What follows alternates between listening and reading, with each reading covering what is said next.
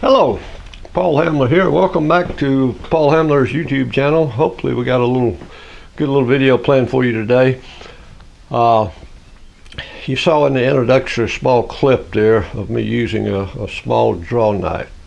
What we're going to do today is go through the process of how I built this, and we're going to basically be looking at 4 topics in the video. The first one is we're going to forge the tang for this draw knife, and then we're going to silver solder the tang to the blade. The blade in this case were used blades from I found at a salvage store. They were 4-inch joiner blades, good quality high-speed steel blades. So we're going to silver solder the forged tangs to the blade, and then we're going to make some handles for it. I've got some wooden handles that were previously done on a CNC project from my carving tools, and I had a bunch of extra, and I just never have found a use for them because I got all my carving tools finished and handled. So we're going to take these previously made CNC handles, and I'm going to show you a couple little fixtures that I made to be able to modify, to chuck these up and modify them and shorten them to be used on the draw knife. The last thing we're going to do is cover a real quick process I've always referred to as engine turning. I'm not sure that's the proper name, but hey, I'll show you how to do it, and we'll do a little decoration engine turning on the blade to give it a little pizzazz. With that said, let's get started, folks.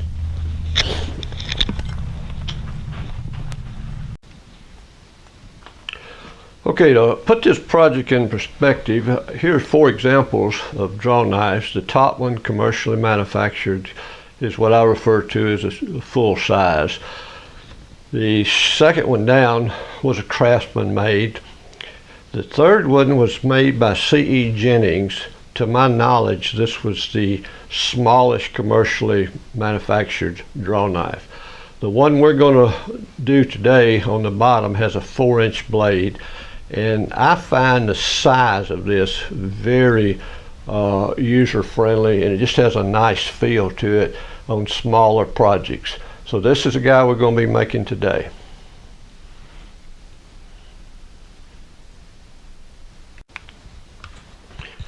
Okay, what we have here are the raw materials we'll be working with today. On the left is the commercially manufactured 4-inch joiner blades that I acquired years ago at a flea market.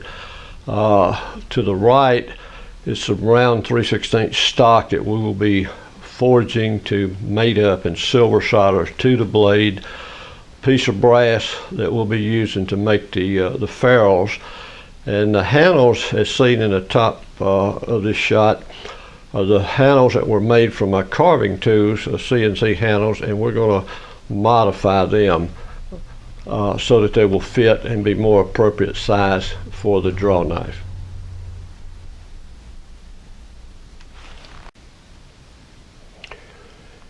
Here's a shot of a few of the handles that I made from my carving tools a while back, and the 2 on the right are the one that I had extras of, and what we're going to do is, using the fixtures to the bottom left, we're going to use this fixture in the lathe to modify the leftover handles, shorten them, and install a ferrule. Now, as a point, at this point, I'd like to mention we're not going to focus on a lot of video time on watching the lathe turn or watching the setup for silver soldering forges, etc. What I'm going to try and do is just focus on some key techniques that I feel like would be of interest to you. As in silver soldering, forging, or lathe turning, I mean, there's just thousands of videos out there.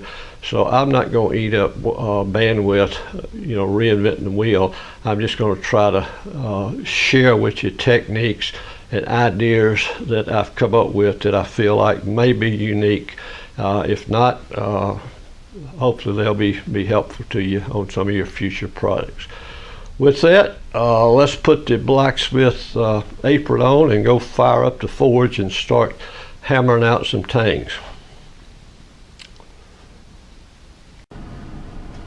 Okay, here we are over in the blacksmith section of the shop, and what we're going to do is try to forge out the ends of one of these round tang pieces such that it's the same thickness as the blade, so it will mate up where we can get a good silver solder joint. The one in the rear has not been forged. The one up front, we forged it so that it's pretty close to 100 thousandths the same thickness as the blade. So let's try to do another one here.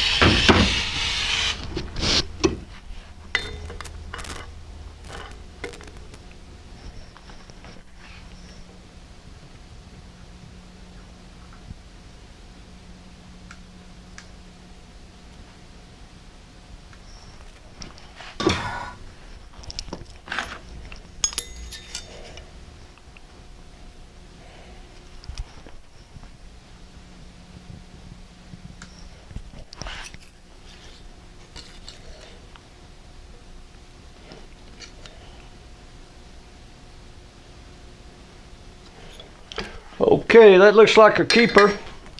So with that, we'll move on to the next operation.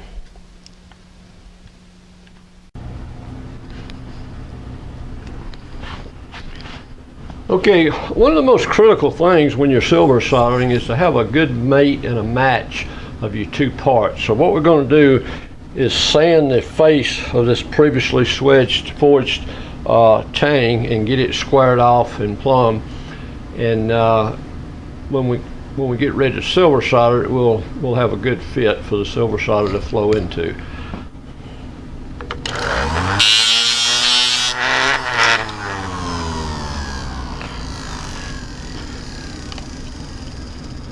Checking the fit, it appears to be good and tight with no gaps, which is exactly what we want. So let's go and prep the blade to put the angle on it, and then we'll proceed with the silver soldering.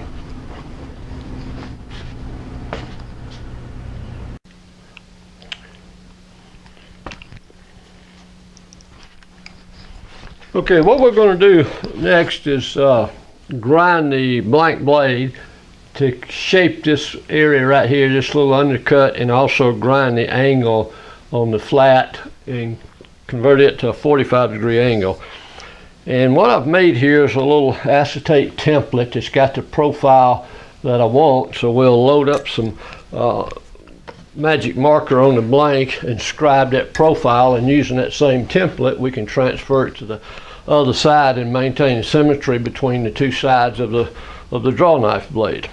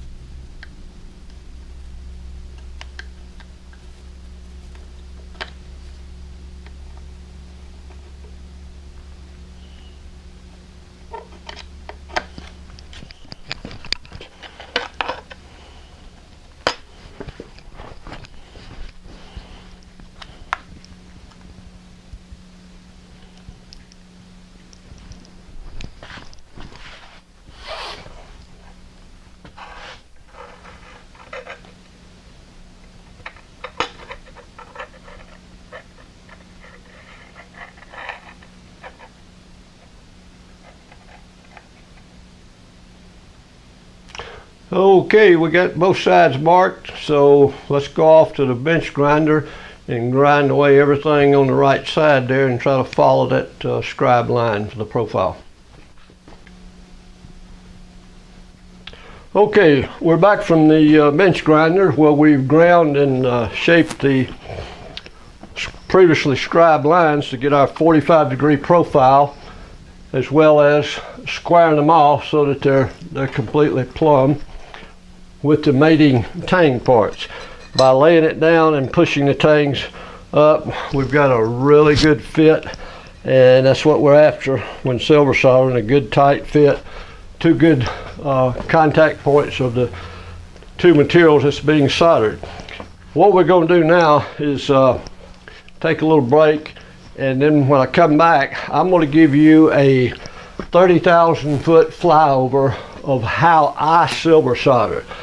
And you notice I use the word I. There are literally hundreds of videos out there where people are a lot more experienced in silver soldering than I am that will share their techniques, but what I found here works for me, and it's what we'll be doing today. I'll also show you a few fixtures and how to make some good fixtures to prevent your object that's holding the parts from absorbing the heat and sucking the heat away from the materials that you're trying to solder. As I was doing the magazines for the 1911 project, here's a cull here, but this magazine was formed and shaped out of 10,000 stock. This particular one here is brass. I have also made them out of steel. But this real delicate part presented quite a challenge to holding it, to keep the holding fixture from absorbing the heat and preventing 10,000 from heating up hot enough to take the silver solder and make it flow. Again, I'll show you a few of these little fixtures I came up with, and then we will throw a piece in the fixture and silver solder.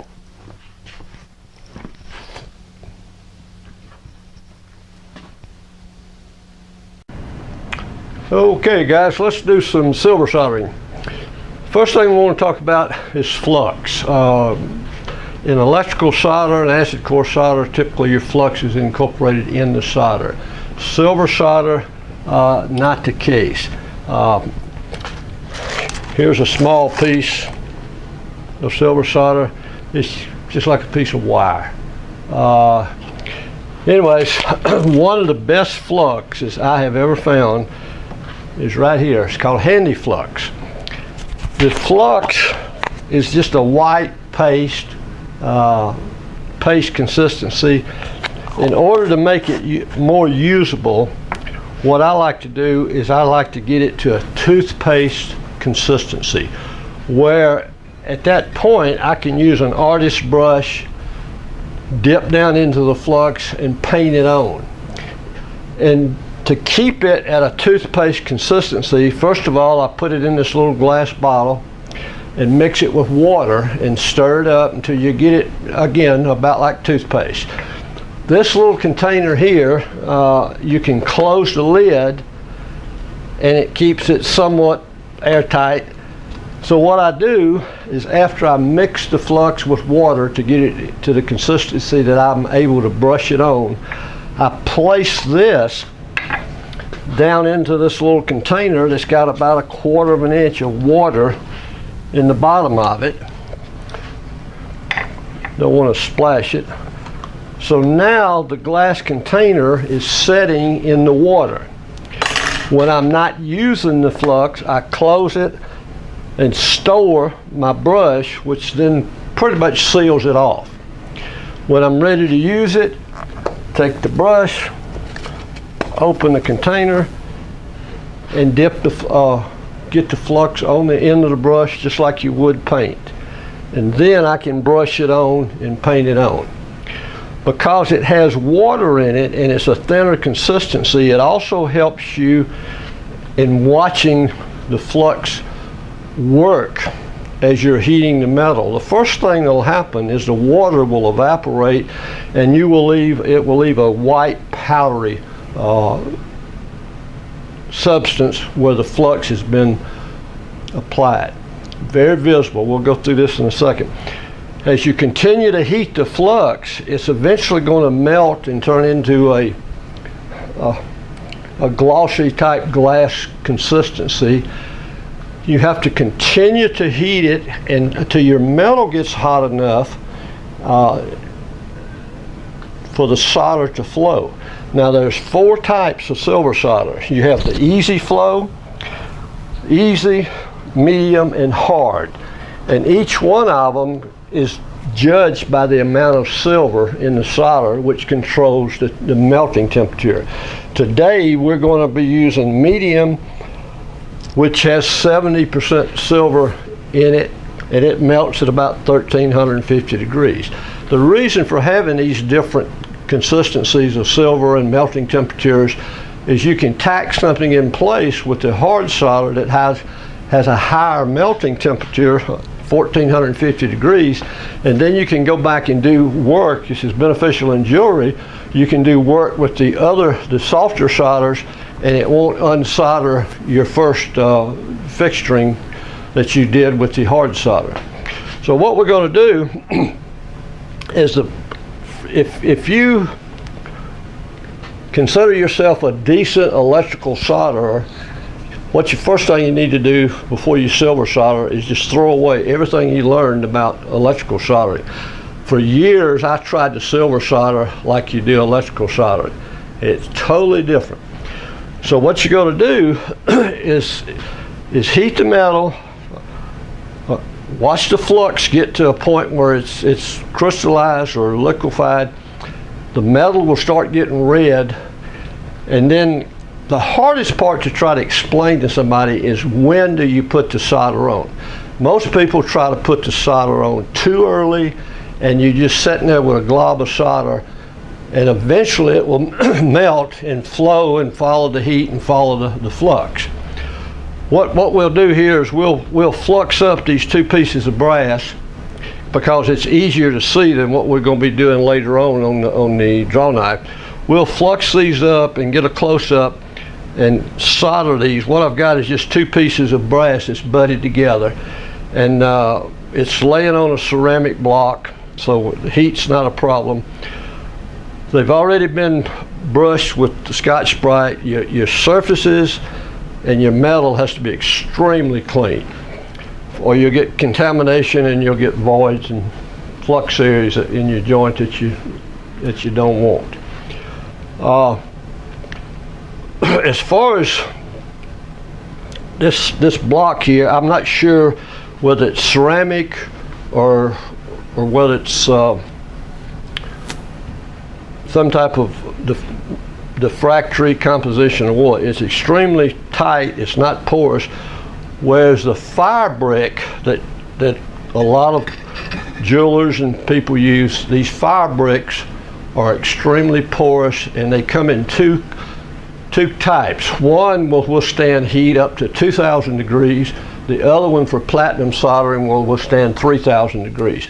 These are extremely light and again porous, but this is kind of the industry standard if you've got an object that can lay flat or work on where your heat's not going to affect it. Another thing for holding and fixturing your work, this is referred to as the third hand, and it's got articulating pinchers on here where you can use both of them to hold and fixture a part. Ideally, silver soldering, anytime you have contact with the metal, it's going to act as a heat sink, and it's going to take longer to heat the metal. So what we're going to do today is we're going to use a combination on the draw knives of the fire brick and the articulating third hand.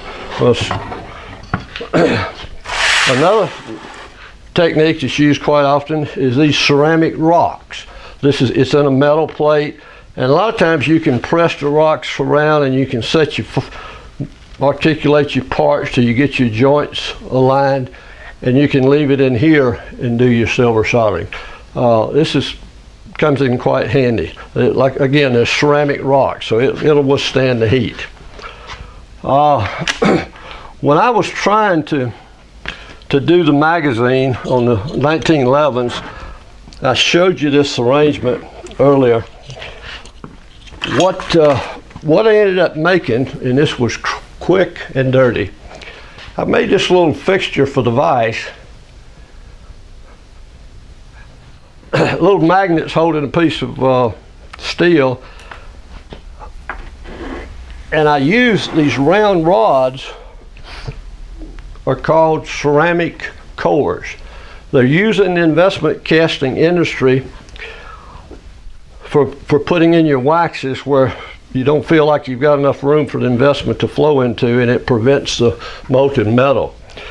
So what I did is, using these two pieces of ceramic core material, which by the way is extremely brittle. If I dropped it on the floor, it would shatter. So I put these two floating pieces in there, and I would put the preformed magazine in here and gently tighten the vise until the piece closed up. Then I could silver solder it. There's no heat dissipation whatsoever between the 10,000ths brass and these ceramic rods. Work quite effective, however, it is a pain to set it up, and you break them occasionally. Another little fixture I made is I took a pair of vice grips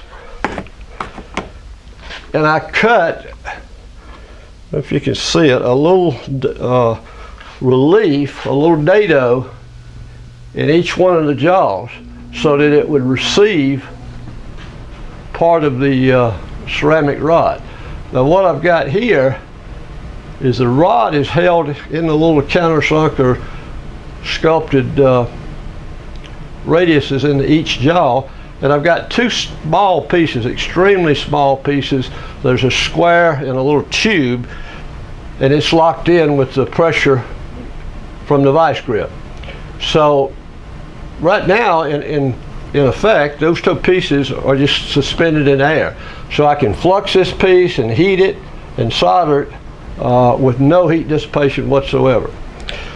Okay, the other day, I was going to take this fixture, which, like I said, it was temporary, it was quick and dirty, but it worked.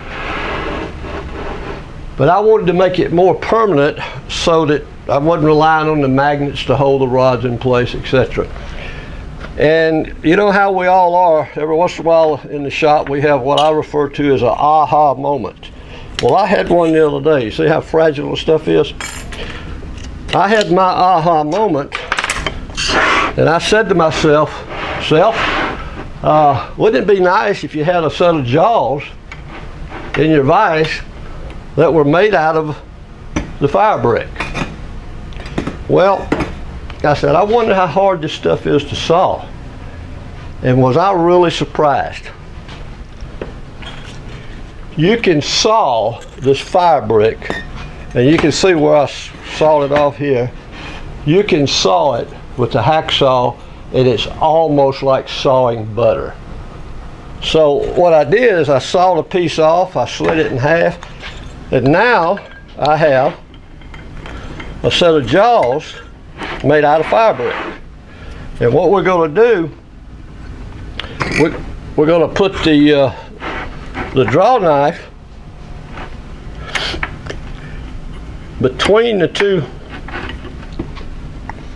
pieces of fire brick,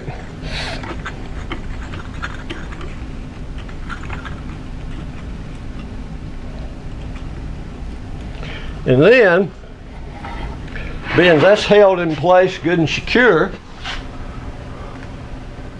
and we've got square, crisp, sharp ends, we're going to take the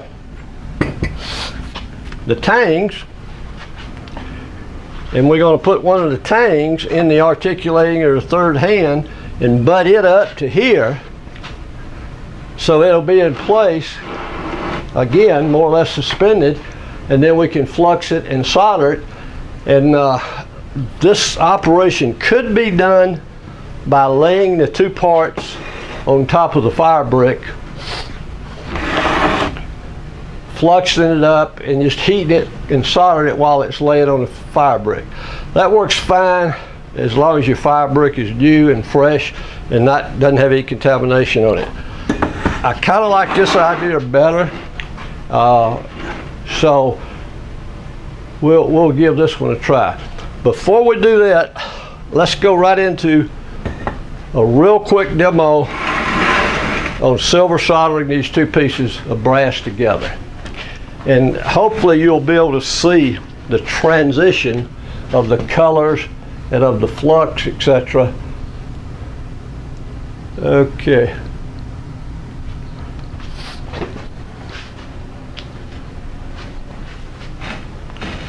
So what I'm going to do first is paint the two areas. We're just going to make a butt joint here. We're going to paint the two areas with the flux. If you get too much on here, you feel like you've got too much on here, wait till you put the pieces together and just wipe it off with a paper towel or Q-tip, etc. Just remember, anywhere there's flux, you're going to have solder that flows to it. So to cut your cleanup time down, it's best to try to focus your flux on the area where you really want the solder and the joint to be. Okay, they're flux, they're butted together. Let's try to silver solder it. Now, what I do is one thing you don't do, and people, if your skill level is such, you could possibly get away with it. But what the tendency is, and I was guilty of it for years, was to try to feed the joint with silver solder like you would in electrical soldering. It doesn't work that well. So what I do is I take each one of the silver solders that I keep identified and in a box by itself, because once you cut them off, put them in storage, you have no way of knowing very well which is which. So what I do is I cut them in little pieces. I'm gonna dribble out 2 or 3 little small pieces here, probably. Okay. These are tiny.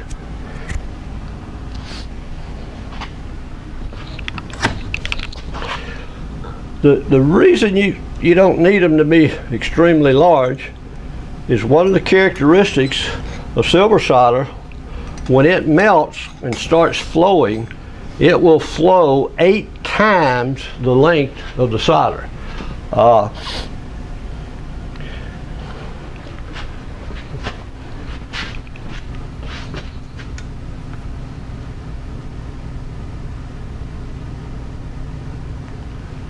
Okay, there's your little pieces. Now what I do in preparation, I've got this little pick, and I'll put a little flux on the end of it.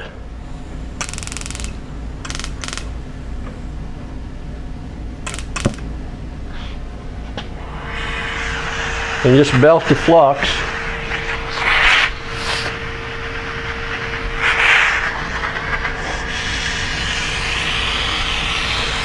Melt the flux, and then I'll come over to one of these little pieces of solder and I'll heat it up, and what happens, it forms a ball. Now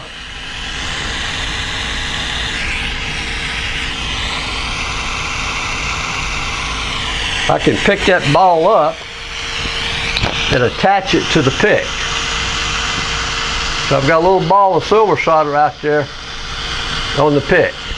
So when I get ready, when the temperature is right and I'm ready to apply the solder, all I got to do is drop that little ball of solder, silver solder, down onto the heated flux metal.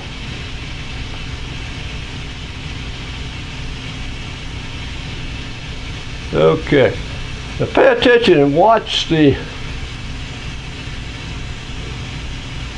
flux change. The first thing is is going to happen is the water is going to boil out or dissipate, and then your flux is going to turn white. As you continue heating the flux and the metal, you'll see it change.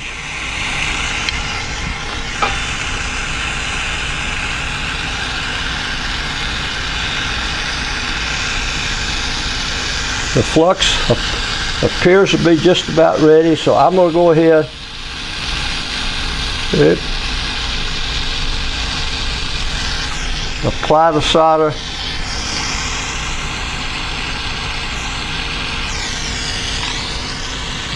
You see the solder even flowed down the side of this piece, down both sides of the piece. I don't know if it flowed down to the bottom or not, but we'll turn it over and see here. So hopefully you saw the transition. There was kind of a distinct yellow line that went down the flux.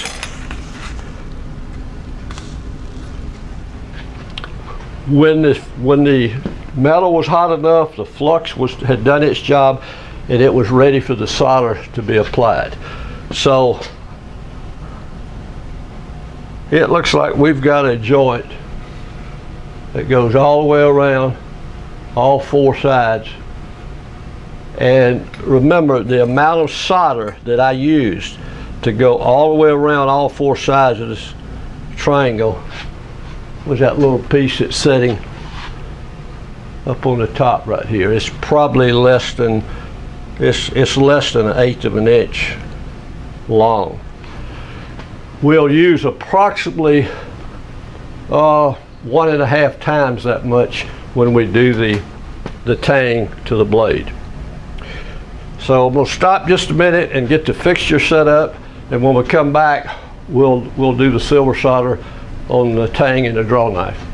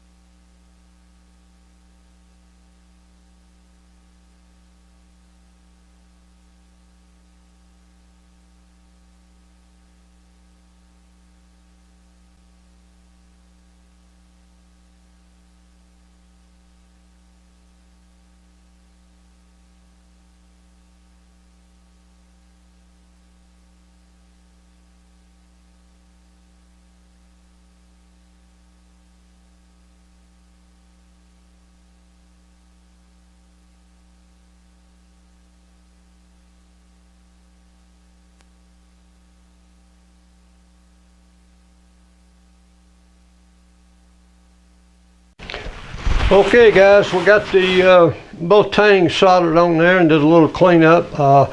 Hit it with some light sandpaper to get rid of the surplus solder, and overall it turned out pretty good.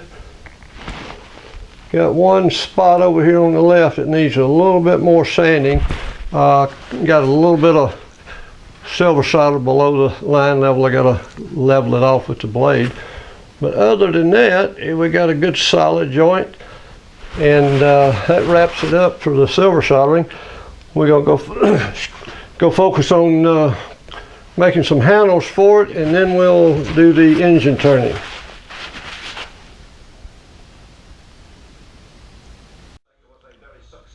Now that we've got the tangs attached to the blade, we've got to make some handles for it. In the back of the tray, you'll see a pile of handles that had been CNC'd for chisels that I no longer have a use for, so I thought I would cut them down. And if you've ever tried to chuck up an odd shape like this, it becomes very, very difficult. So what I made is, in the front of the tan tray is a black Delrin type emergency collet I made. It has 3 slots in it. The long, just to the right of that, the long skinny chisel handle that we're going to cut down, and shoring fits inside of it, and it aligns in a 3-jaw chuck, so you put each jaw in between the 3 slots in the collet. And we're able to align it using a tailstock. And the first operation we'll do after we get it aligned, we're going to part the long handle off, and then we'll drill it and turn it down to receive the brass ferrules. After the ferrule has been fitted to the shorter knob, we'll put the, which is a 1/2 inch diameter, we'll put it in a collet and be able to sand it and freeform turn it to sculpt the final shape that we want. Now, the unit to the right, far right, is mounted in a boring bar holder, a 3/8 inch rod going into the black Allures type boring bar holder.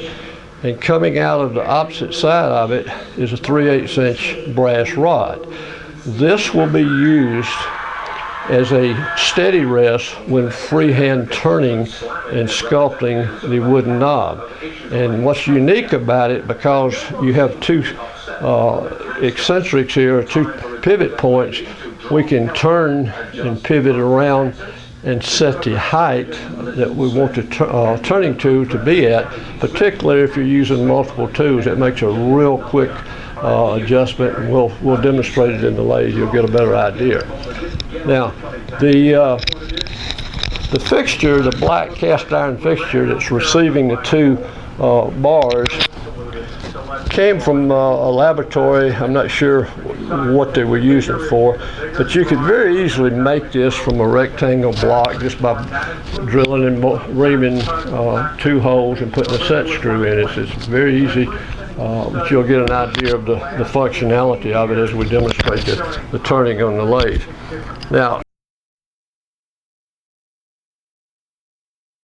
okay, taking the special made collet, we insert the previously turned handle in it. When inserting into the chuck, try to ensure that the jaws on the chuck hit the solid part in between the slits or the slots on the collet.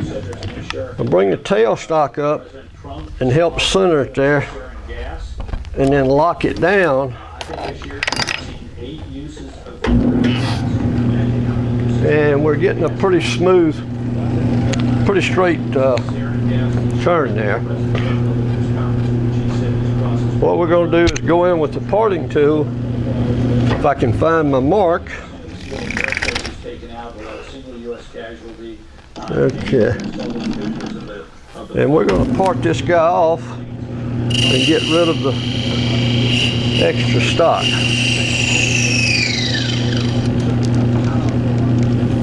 Now, the ferrules have been already turned and sized, and what we're going to have to do is turn these guys down to receive the ferrule. And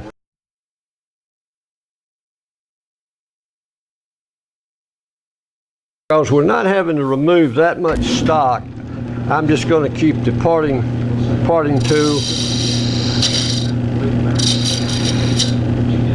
Take real light passes.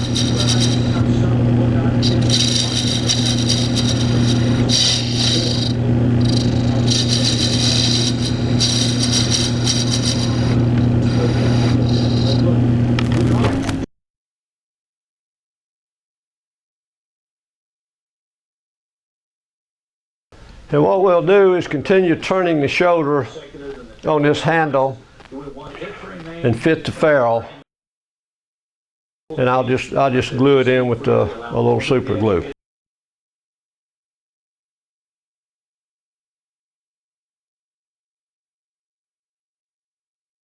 Okay, we'll remove the chuck after we install the ferrule on the knob, and put the knob into a 1/2 inch collet. And we've installed a special tool rest. You notice if I loosen this set screw on the top, how I can rotate the tool rest to get the desired height. So if I'm using a couple of different chisels, like I'll set it up for the this chisel here so the rest puts me on center. But if I change over to a detailing chisel or a smaller chisel, I'll have to raise it up to get my my cutter where I want it. It's just a matter of loosening the set screw and rotating this guy and then retightening the set screw. So what we're going to do is this particular profile here is a little fat, and I want to go in and just put a little concave turn on that. So we're going to freehand turn that to sculpt it where I want it.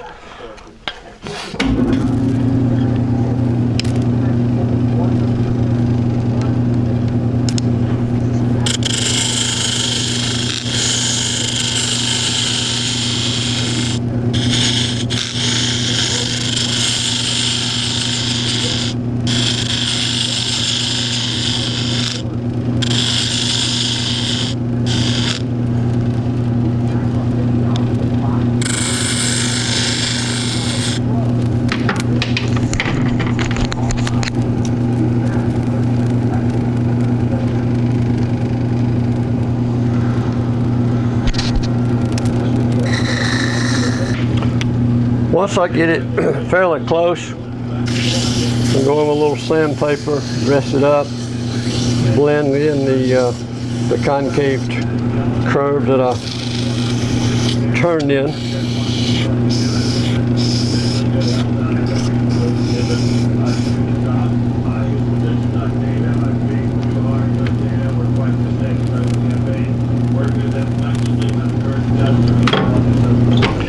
As you can see, it makes a pretty versatile tool rest.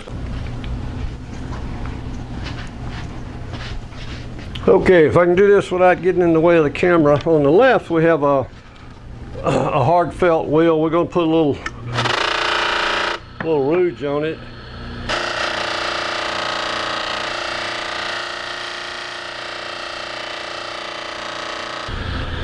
So what we've done here is just kind of give it a light buff and sealed the wood grain. I'm going to take it over to the other side of the buffer, which has a very soft, fluffy wheel on it, and we're going to apply some carnauba wax in the form of a hard block. Load it up a little bit.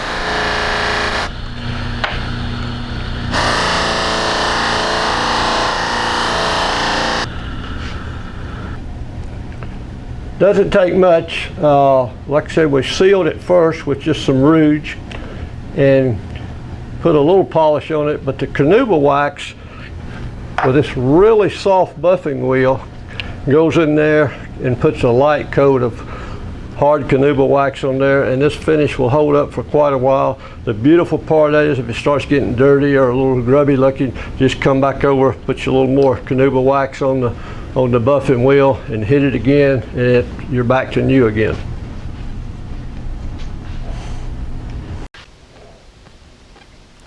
Okay, for the last section of this video, we're going to do the engine turning, and we're going to try to make the knife we've been working on the bottom here look like the one on the top as far as the blade is concerned. The way we're going to do that is by using some little Kratex wheels. I say wheels, they're actually little round bullet shaped abrasive cylinders, and we're going to place them in what appeared to be, I think, a chalk holder at some time, and I modified it and put a stem on it so it would go in the drill press. And we're just going to go around and put a random pattern. The little Kratex abrasive wheels will score up in little circles, and we can generate our engine turning pattern. Relatively simple operation, but for those that's never seen it done, it's kind of impressive. So let's move over to the drill press and do some engine turning. We've installed a little Kratex holder in the drill press and are ready to begin spotting the surface. I'm going to zoom in here where you can get a closer view.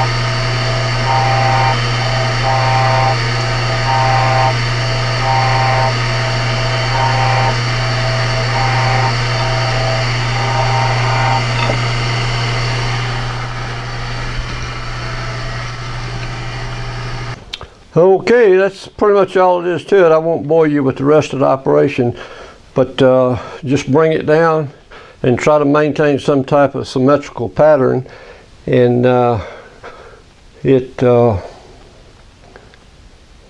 will make a neat looking finish on the material.